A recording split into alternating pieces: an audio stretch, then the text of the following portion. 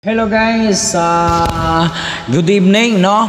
Meron pala tayong update po tong matungkol po no sa kay Epifanio Labrador no. Matagal po natin tong hindi nababalikan po siya no. Kaya pakinggan po natin yung bagong vlog niya. Kung talagang marami po talagang susuporta sa kanya.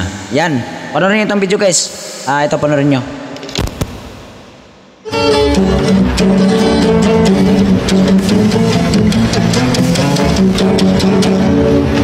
Okay, magandang araw po sa inyong lahat, mga minamahal kong mga kababayan. Muli, nandito na lang po yung lingkod, Epifanio Labrador, dito po sa ating programa. Ayun na yata ito magmumura guys. Birada ko. Okay, bago ang lahat, pinasasalamatan ko muna po yung ating mga kababayan, lalong-lalo na po yung mga nagbigay po ng kanilang suporta. So, kagabi po, hanggang ngayon, actually katatapos lang pong bitawan. Mukhang maamo-amo yung mukha ni Epifanio Labrador. Bumubuhos po ngayon yung suporta po ng ating mga kababayan sa inyo pong lingkod. At nagpapasalamat ang ating mga kababayan sapagkat may tumatayo na para po magsiwalat ng mga kahayupan, katarantaduhan, kababuyan ng Iglesia ni Manalo. Hindi po ng Iglesia ni Cristo kasi mayroon pa pala ng may mura pala. Totoong Iglesia ni Cristo, ginagalang, minamahal at talagang nire-respeto ko po talaga. No? Pero itong Iglesia ni Manalo, itong mga puta, mga walang ya, mga gago, mga demonyo na Iglesia ni Manalo, kaklaruhin ko lang tamaan na ang tamaan. Hindi po Iglesia ni Cristo ang tinitira ko, kundi Iglesia ni Manalo. So maliwanag po yan. Yari tayo guys. So gusto ko lang po kayong bigyan ng update, no? Alam nyo, grabe, no? Talagang gusto po nilang patahimikin tayo. Gusto nila tayong takutin. Kagaya po ng ginawa nila doon po sa isang mangangaral na meron po siya nakausap iba't ibang mga reliyon. Alam nyo, hindi lang pala yung reliyon ni yung sa dating daan yung nakaranas, kaya pala nag-abroad. Akala ko noon kaya nag-abroad yun dahil tinatakasan niya yung kanya kaso, pero hindi pala yun ang pinaka-purpose noon. Kaya pala nag-abroad yun dahil gusto pala talagang patayin, no? At nakwento pa nga sa akin, ginamit pa ng Iglesia ni Manalo etong NBI. So grabe, kasi may mga aso daw sila diyan, may mga tuta, may mga mga doggy, no? Kaya malakas ang loob. So, pero naniniwala ako na marami sa mga kababayan natin, lalong-lalo na sa mga kabrad ko, mga kapatid ko, lalong-lalo na sa ating mga kuya, ate sa Eagles, no? Matagal ko pong tinago ito, pero hindi po ako, hindi makailangan ipagyabang pero ako po ay Eagles, no? So ganun pa man, salamat po at talagang ang dami, lalong-lalo na sa mga kapatiran sa Eagles, talagang daming tumawag, ang daming nagbigay ng kanilang suporta.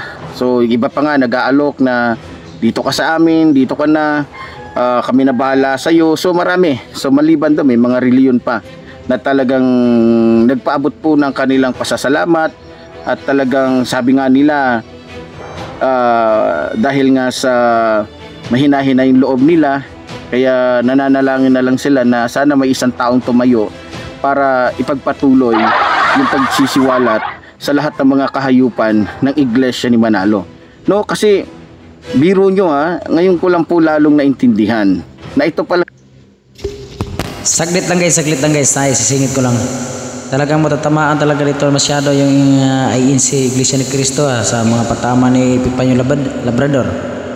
Yan mga members din sa Iglesia ni Cristo, Iglesia ni Manalo, INC. Ayan, kayo na pong bahala umaksyon nito. Kayo na po talaga bahala ang mag-resolve ng problema nito. Dahil kayo lang po talaga ang may kapangyarihan para may resolve yan na problema. Dahil tama ba yan or mali si Epifanio Labrador, dahil sabi niya marami na daw sumusuporta sa kanya. Kaya kayo na po lang talaga bahala, kayo lang po talaga ang may kapangyarihan para mo-solve ng problema na yan. Yan, tuloy natin yung video.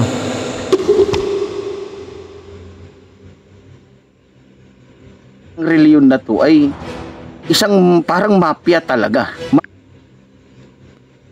Mafia. Kasi saka nakakita ng isang reliyon na may mga goons. Saka nakakita ng mga isang reliyon na mayroong mga private army. Saka nakakita ng isang tunay na reliyon na kumbaga halos lahat sa kanila o yung itong reliyon na to ay merong koneksyon sa lahat ng mga o gustong makikonek sa mga politiko, no? So ang dami po akong nalaman, marami po akong natuklasan tungkol po sa kahayupan. Kasi may mga ano po sa akin sabi pa nga sa akin, panoorin mo to, panoorin mo yan. Alam niyo yun, ang pinanood ko po yung mga issue ng Iglesia ni Manalo. Grabe, grabe. So, ang dami palang issue sa Iglesia ni Manalo. Kaya hindi mo talaga masasabi na Iglesia ni Cristo yun Kaya nga sabi ko, ang tinitira ko po dito ay Iglesia ni Manalo, hindi po Iglesia ni Cristo.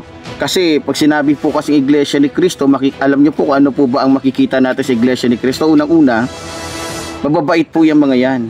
Hindi po yan sanay magsalita ng kung ano-ano, magbanta, at hindi ginagamit yung kanilang impluensya para lamang sa sarili nilang kapakanan. At hindi nila itinutulak yung kanilang ang tunay na Iglesia ni Cristo. Sabi nga sa akin ng isang nakausap po, ang tunay na Iglesia ni Cristo, Brad, ay hindi sumasama sa politika. Dahil kung mababasa mo ang Biblia, ni minsan ay hindi sumama, hindi nakisali si Kristo sa usapin pang politika, no? So doon lalo nabuksan yung isip ko na wala akong mababasa sa Biblia na yung isang iglesia ay nakikisawsaw sa usapin pang politika, diba? Hindi katulad ng Iglesia ni Manalo na talagang makikita nyo po, no? Kala mo kung sino na, no? At saka dahil nga sa mayaman sila, may impluwensya sila, so diba, wala tayong magagawa, talagang ganun. Pero isa lang po may papangako ko, kahit anong mangyari, hindi po ako titigil. Hindi ko po isusuko ang mga Pilipino na umaasa po sa akin. Hindi ko po isusuko ang mga kababayan natin na lagi pong nakasubaybay. Salamat po sa inyong pagsuporta, no? Salamat din po sa inyong mga panalangin, dahil tulad nga ng sinabi ng ibang reliyon sa akin, alam niyo ba, ito sabi po ng ibang reliyon sa akin na nakausap ko, mag-ingat ka dyan. Kasi talagang may mga killer, may mga mamamatay tao talaga yan na nandiyan dyan na inaalagaan at talagang mga tao ng Iglesia ni Manalo. Noon pa yan. Kasi kaya sila nagiging maimpluwensya dahil nga sa ginagamitan nila ng dahas. Alam mo, natawa nga ako sabi sa akin alam mo ba kung bakit ganun ka yung mga yan? Kasi sanay na sila. Yun nga lang makipagdebate daw pag natatalo na yung mga ministro uutusan yung mga membro para awayin, bugbugin. So excuse me po, ang dami kong nalaman, dami kong natuklasan, kasi ang dami pong, kaya nga ngayon lang ako nakapag-vlog ngayon lang ako na nakapag kasi sa dami po na tumatawag, no? So alam nyo, sa totoo lang, nalulungkot din ako kasi yung mga nakakonekta sa akin, nakaano sa akin, gusto pong ipitin ng Iglesia ni Manalo. Gusto nilang ipitin. Tumawag po sa akin yung isa nating minsan na nating nakasama dito sa ating programa. Gusto nilang ipitin, tinatakot po ng Iglesia ni Manalo may text daw, may nagchat-chat daw na ganito para hindi ka madamay. Aba, gusto nilang idamay yung walang kamalay-malay, yung walang kaalam-alam. Gusto nilang yan, tingnan nyo ganun kabalasubas ang Iglesia ni Manalo, ganun kademonyo, ganun kadyablo ang Iglesia ni Manalo. Tapos nagagalit sila. Halata naman sa galawan nyo pa lang Pero alam nyo, bilib ako sa Iglesia ni Manalo Pasensya na po kayo. Medyo maingay. Pero alam nyo, bilib ako sa Iglesia ni Manalo. Abay, biro mo gagamitin pa yung korte. Nag-file na daw sila sa DOJ. Nag-file sila sa DOJ kasi minura ko daw yung pamunuan nila, yung leader nila. Aba, matindi tong Iglesia ni Manalo. Buti pa kayo, nag-react kayo nung minura ko ang leader ninyo. Pero nung minura ni Duterte, yung Diyos na makapangyarihan sa lahat na sinasabi yung Diyos nyo, anong ginawa ninyo? Tamemi kayo, tulala kayo. O baka naman ang iglesia ni Manalo ay takot kay Duterte. Kaya nagbulag-bulagan na lang sila. O baka naman hindi kayo inutusan, kaya hindi kayo pumalag kahit galit kayo sa sinabi ni Duterte. Ito lang tanong ko sa inyo, simple lang. Bakit nung minura ni Duterte ang Diyos na makapangyarihan sa lahat? Hindi kayo ganong ka-agresibo, hindi kayo ganong kagalit. Sige nga, so lumalabas lang na mas malaki at mas mataas at mas mahalaga sa inyo yung leader ninyo kaysa sa Diyos na makapangyarihan sa lahat na sinasabi yung sinasamba nyo. Tama? So malaking katangahan, malaking kabubuhan. Napaka-estupido. Kaya nga sabi ko, minsan natanong ko rin kagabi, sabi ko bakit po ba ganun kadami yung iglesia ni Manalo? Isa po ang sinabi sa akin nung kausap ko kagabi na ministro na baptist na ngayon. Pero dati daw siyang iglesia ni Manalo. Kaya siya umalis dahil marami siyang natuklasan na maling aral. No? So sabi niya, kaya dumadami yan kasi unang-una, tulad ng sinabi ko, gagamitin nila yung impluensya. Aakitin nila yung isang tao na pag naging iglesia ni Kristo ka, walang mangyayari sa'yo. Pag iglesia ni Kristo ka, maraming tutulong sa'yo. Eto, may judge kami, may attorney kami, may ganito, may ganyan. So, siyempre, yung mga tao, gusto nilang ma-impluensya din sila, maano din sila, ayun, pumasok sa pagiging iglesia ni Manalo. Hindi para maglingkod kay Kristo, kundi para maging kaanib nang sa ganun ay maging ano din sila, maging kumbaga di ba? Maging malakas, maging matibay, maging maimpluwensya din. Kaya ang nangyayari kapag may iglesia ni Kristo daw na may problema ganito, ganyan, abay pagtutulungan daw yan. Parang isang fraternity, parang isang gangster, parang awayan ng Tao Gama at Akro nung unang panahon, pero ngayon hindi naman na nag-aaway yung mga grupo na yan. Okay na sila. So, para sa akin, sa totoo lang, gusto po talaga akong ipapatay, gusto akong ipaligpit, gusto akong kasuhan ng napakadaming kaso. Gusto pa nga nila akong gawan ng iba-ibang kwentong kaso. Meron pa nga nagkikwento na tinagana daw ako, inano na daw ako, ganito daw, ganito, ganyan. Kaya ngayon mga kasama ko, mga tao ko dito di ba? Di ba, buddy? Tinagana daw ako? Oh. Tinagana ako, totoo ba yun? Tinaga ako? Tumatawa lang. Di ba? So, ito mga kababayan ko, sa totoo lang alam ko na takot ngayon ang iglesia ni Manalo sa akin. Yan ang totoo. Natatakot ang iglesia ni Manalo sa akin ngayon dahil may naglakas ng loob na magsalita. Akala nila, ako natatawa at saka naaawa din ako sa ibang nadadamay. Biro mo kung ang dami nilang inano na ito daw yung mukha ko, ito daw yung sabi ko nako, kawawa naman, di ba? Kawawa naman kung, di ba? Walang kamalay-malay tapos mapagkakamalang ako. Ayun ang masakit doon, di ba? Dahil sa gusto nga nilang pumatay o manakit, wala tayong magagawa doon. Pero ganun pa man, para sa akin, ipaglalaban ko kayo. Lalong-lalo na yung mga kababayan natin. Kasi masyado na pong lumalaki. Lumalaki na yung ulo ng iglesia ni Manalo Ulitin ko hindi po iglesia ni Kristo tinitira ko dito. Iglesia ni Manalo. Yung mga iglesia ni Manalo na kung saan pinapaka-Diyos si Manalo. Pinapaka-Diyos. Buti pa si Manalo. Buti pa si Manalo. Yung mga alagad niya nagalit nung minura siya ng isang taong.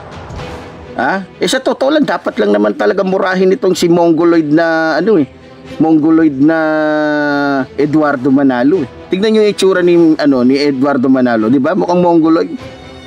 Kung hindi lang niya ginamit yung kanyang, o hindi lang siya nakipagsabuatan sa ibang mga membro niya, para maagaw yung kapangyarihan. Tingnan nyo si Angelo Manalo. Pagkumparahin nyo sila, yun ang karapat-dapat at yun ang dapat pala na maging leader at maging pinuno ng Iglesia ni Cristo. Pero wala mas gusto nila yung Iglesia ni Manalo kaysa sa Iglesia ni Cristo na ang mamumuno isang matinong tao. Anong ginawa ng leader ng Iglesia ni Manalo? Para magkaroon siya ng kapangyarihan at hindi masapawan, pinakulong niya yung tao na mayroong kapasidad at mayroong karapatan at karapat-dapat na mamuno sa Iglesia ni Cristo. 'Di ba? O dahil nagwagi siya, ayun, naging Iglesia ni Manalo, yung Iglesia ni Cristo. 'Di ba? Na kung anong gusto niya, yun ang susundin ng mga membro. Pero maniwala kayo sa hindi, marami din pong tumawag sa akin na Iglesia ni Cristo na hindi sang-ayon sa pamumuno ni Eduardo Manalo. Pero ayaw ko lang pong ilabas dito dahil sila na rin po mismo ang nagsabi. Alam namin, kilala namin, at kabisado namin kung ano ang kayang gawin ng Iglesia ni Manalo. So maging yung mga membro pala ng Iglesia ni Cristo noon, ang tawag na pala dito sa reliyon na to ay Iglesia na ni Manalo. Kasi iba na, ang dami nang nagbago. Pera-pera na ang ang usapin dito. Kaya sabi ko nga, grabe, so kailangan siguro isiwalat ang lahat ng dapat isiwalat dito. Wala lang kasing naglalakas loob dahil nga pag ginawa mo yan, nakahanda yung mga bayarang mga mamamatay tao ni Eduardo Manalo, yung Mongoloid na leader ngayon ng sabi ko, sige, pero kailangan nyo kong suportahan, kailangan nyo ko, no? So marami po ang gustong kumbaga makiisa. So sabi nga nila, pag medyo gipit ka na ganito ganyan, so kagabi nga tumawag ako sa mga kaibigan ko, kasama ko sa mga kilala natin na NBI, pulis, sundalo, na mga kuya, ate. So nagbibigay din sila sa akin ng impormasyon. So yun nga daw, ingat-ingat ng konti kasi maging sila man mayroong mga opisyal na Iglesia ni Manalo na may inuutos sa kanila. Pero sabi nila, siyempre maghahari pa rin ang kabutihan, maghahari pa rin. Siyempre alam nyo naman, di ba, na marami talagang nangangarap na makapagsalita laban sa Iglesia ni Manalo, pero natatakot nga dahil marami itong killer. Doon naman po sa mga kababayan ko, sa mga kapatid natin, wag po kayong magpapagamit sa Iglesia ni Manalo. Alam ko po na may kapasidad po sila na magbayad ng milyon, kahit ilan. May kapasidad sila magbayad niyan dahil alam nyo naman na lalong-lalo na ngayon, mag-i-eleksyon, maraming pera ang Iglesia ni Manalo. Tingnan nyo, kada 3 years, marami pong nagbo-boom ng mga simbahan nila na galing po sa pera ng mga politiko yung pinapagawa nilang mga kapilya. Pero ganun pa man, strategy nila yan. Pero tulad ng sinabi ko, kahit strategy nila yan, darating pa rin yung panahon na alam nyo na. So kaya nga napakadami na daw talagang mga Iglesia ni Cristo na umalis dyan at pumunta na lang sa ibang reliyon na kung saan mas higit nilang natatagpuan at mas higit nilang nararamdaman yung tunay na Iglesia ni Cristo, no? So doon naman sa pamunuan ng Iglesia ni Manalo, huwag niyo akong tinatakot. Alam ko mapera kayo, makapangyarihan kayo, marami kayong koneksyon, pero mga putang ina ninyo, mga kiki ng ina ninyo, sa tingin ninyo matatakot niyo si Epifanio Labrador? Anak naman ng teteng. Pare-pareho tayong isa lang ang buhay. Pare-pareho tayong may pamilya. Pare-pareho tayong, di ba? Pero isa lang sasabihin ko sa inyo maliban sa pera, na kung ano ang kaya ninyong gawin sa pamilya ko, sa akin, ako na nagsasabi sa inyo, mahirap mangagat ang Labrador. Masakit. Kahit nag-iisa yan. Kahit nag-iisa yung Labrador, pag nasaktan yan, matindi mga gat yan. Kaya kayong mga Iglesia ni Manalo, alam ko kaya malalakas loob ninyo, mga hinayupak kayo dahil may pera kayo, may impluwensya kayo, may mga membro kayo, mga demonyong katulad ninyo. Pero hindi nyo ako matatakot. Kaya nga mga kababayan, itong darating na ilang araw, piniprepare lang namin. So marami na kasing nakikisa. So may tumutulong na sa ating ngayon, iba't ibang mga reliyon. Inilalatag lang nila yung mga ebidensya sa mga katiwalian, kalokohan ng Iglesia ni Manalo. So ako po yung front nila ngayon. So hinihingi ko lang po yung panalangin at suporta po ng ating mga kababayan. So ngayon po may mga kasama po ako dito na gusto nilang sumama sa akin. So siyempre alam niyo naman ang buhay natin.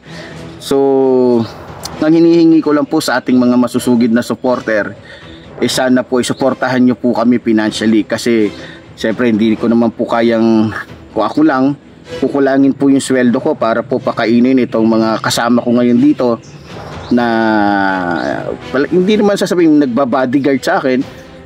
Kumbaga parang ano lang, talagang nakikiisa lang dahil alam nilang nasa tama tayo, no?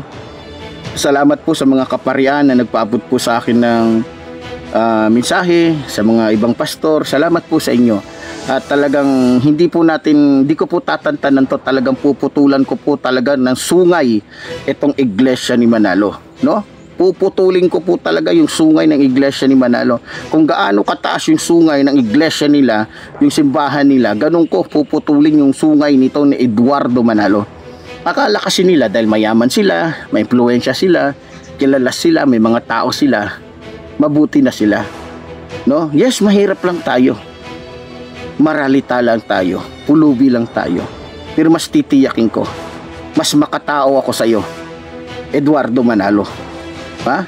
Mas makatao ako sa iyo, at higit sa lahat, mas makadiyos ako sa iyo. Yes, minura kita, minura ko yung mga aso mo, pero dapat lang yon. Dahil kayo ay traidor sa bayang ito, na kung saan nagpapagamit sa mga politiko, na kung saan tagapagligtas ng mga kriminal na katulad ni Sara Bulate, tagapagligtas ng mga kriminal na katulad ni Digongyo at iba pa. Diba? Masakit ba? Masakit ba malaman, Iglesia ni Manalo, na kayo ay pera-pera lang? Ha?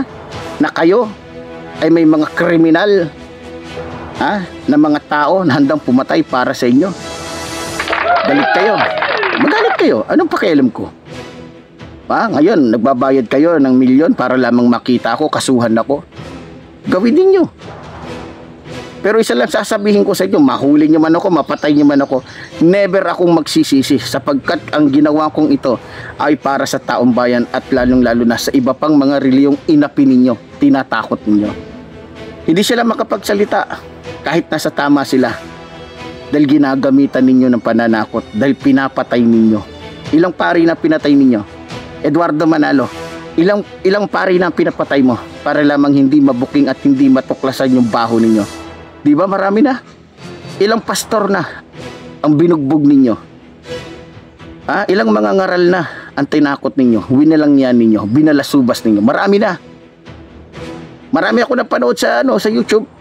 Doon pa lang sa dating daan, yung mga magagaling na alagad ng Diyos, pag hindi kinakaya ng mga alagad ni Eduardo Manalo, anong ginagawa? Gagamitin yung yung mga supporter, mga nanambunot, mananapak, maninipa, kasi natalo sa debate yung ministro. Ganyan kayo eh. Aminin na ninyo, halata naman hindi nyo maitatang. Mga kaibigan, panoorin nyo po. Ito, magpapapugot ako ng ulo sa inyo. Ako mismo pupugot sa ulo ko. Panoorin nyo kung paano binalasubas ng Iglesia ni Manalo yung tunay na Iglesia ng Diyos. Yung mga membro ni Brother Eli Soriano at yung iba pa. Diba? So, mga kababayan ko, maliit po ang tingin ng Iglesia ni Manalo. Masama po ang tingin ng Iglesia ni Manalo sa mga Katoliko. Plastic po yung mga yan. Mga sinungaling yung mga yan. Pag nakatalikod na, puro paninira yan sa Iglesia Katolika at sa iba pang mga reliyon. Ang lagi nila pinagmamalaki, may impluwensya sila. Pero, yung mga ministro, kung makikita mo, walang pinagkaiba yan doon sa amo nila, sa bossing nilang si Eduardo Manalo na isang Mongoloid. May ginawa po kong kanta sa Iglesia ni Manalo. Ang ganda po. Talagang mabibwisit po sa akin dito at magagalit ang iglesia ni Manalo. Ginawa nyo pa ako ng kanta. Gandahan nyo naman. Sa ginawa nyo, challenge nyo ako Sigurado ko, magmumukhang katawa-tawa at pagtatawanan ng buong bansa yung iglesia ni Manalo. Ang title nito, Kaya Pala Mayaman ang Iglesia ni Manalo. Doon lalabas doon bakit, anong dahilan kung bakit mayaman ang iglesia ni Manalo. So, ganoon pa man, mga ilang araw lang po, hintay-hintay lang po kayo ng konti, lalabas po natin dito yung mga issue na bibigyan po natin ng birada. Uulitin ko, sa pamunuan ng iglesia ni Manalo, gawin ninyo ang lahat ng gusto ninyo. Kung gusto nyo, kasuhan nyo pa ako pati doon sa impyerno, kasi hindi naman kayo makakapunta ng langit kaya doon sa impyerno, kasuhan nyo rin ako. Ang problema, hindi tayo magkikita doon. Hindi tayo magkikita doon. Kasuhan nyo kung gusto nyo, sa ibang planeta pa, kasuhan nyo ko. Kinasuhan doon nila ako sa buong bansa. May pinapakita pa doon, may pinupost pa doon na nasa DOJ, tatakutin pa ako ng mga dimuho na to. Alam mo, sa totoo lang ito yung napansin ko. Wala daw akong kwentang vlogger. Ito, sabi nila, wala akong kwenta, tae na vlogger, sinungaling na vlogger, fake news na vlogger. Pero bakit ganun sila? Bakit ganun nila pinapasikat ngayon si Epifanio Labrador?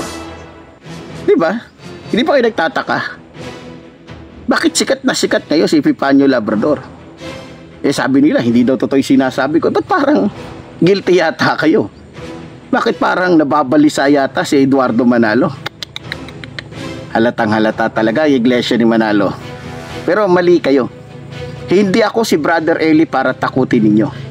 Hindi ako yung ibang ministro, hindi ako yung ibang pastor na kaya lang ninyong takutin. So kaya sabi ko nga, kasuhan nyo na ako sa lahat ng gusto nyo kasuhan. Pero sa lang titiyakin ko sa inyo, mas maraming Pilipino ang naniniwala sa akin kaysa sa inyo. So yun lang, napakasimple. So tuloy nyo, gawin ninyo, gamitin nyo kung sinong gagamitin nyo, NBI ba, pulis ba, militar pa. Alam nyo, ginagawa lang po nilang pananggalang yung NBI, yung pulis, yun, kasi para hindi masyadong halata. Diba? Ang galing na iglesia ni Manalo. Pero ba't ko alam yan? Yung mga kuya natin na nasa gobyerno, may mga kuya tayo sa Philippine Eagles na nag-ano rin sa akin, kuya, ingat ka, kami kabisado namin yung reliyon na yan, pero ganoon pa man, ingat ka.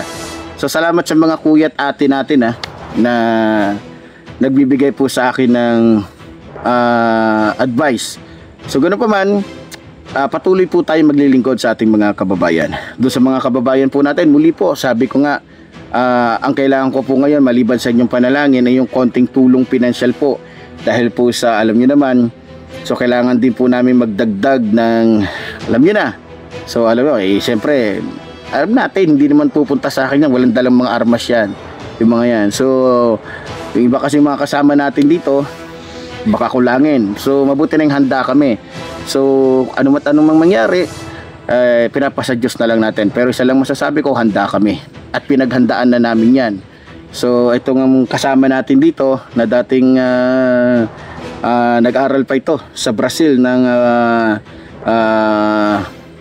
pagiging disposal bomber. So sabi niya, subukan lang nila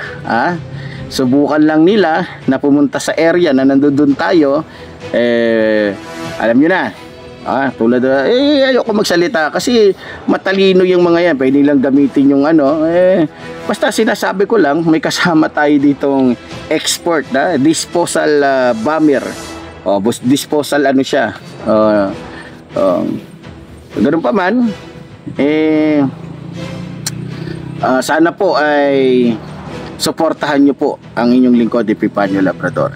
So ganoon pa man, muli po, tulad po ng sinasabi ng inyong lingkod, mabuhay po ang ating inang bayan, mabuhay po nagmamahal sa ating inang bayan. Maraming salamat po.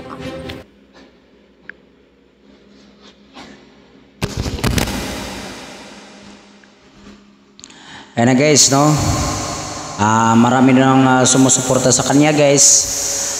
talagang iba't ibang relihiyon ang sumusuporta sa kanya, talagang naniniwala na sa kanya. Kaya po inulit ko, ang buong iglesia, ang buong INC, iglesia po ni Manalo, at buong INC at buong iglesia ni Cristo. Kaya na po talaga ang magbalanse kung ano pong dapat gawin nyo, dahil po kayo po talaga ang pinupuntirya po ni Epifanio Labrador. Kaya po, yun, gaya ko na sinasabi ko, kayo po talaga ang may kapangyarihan at marunong magbalanse at may kapangyarihan para po masolve po yan ng ganyang isyo sa inyong kapatiran ng buong INC. Ay guys, ayun na ulit ko guys. Maraming salamat guys. Ito po si Marlo Iras pong lingkod sa inyo ngayong gabi. At ako ay nanatiling neutral lang. Wala akong kinakampihan, wala akong pinaprokteran, wala po akong inaapakan, at ako po ay nananatiling neutral lang. Kaya guys, no, ito ay ngayon po tayo nag-update, no, sa mga vlog ni Epifanio Labrador.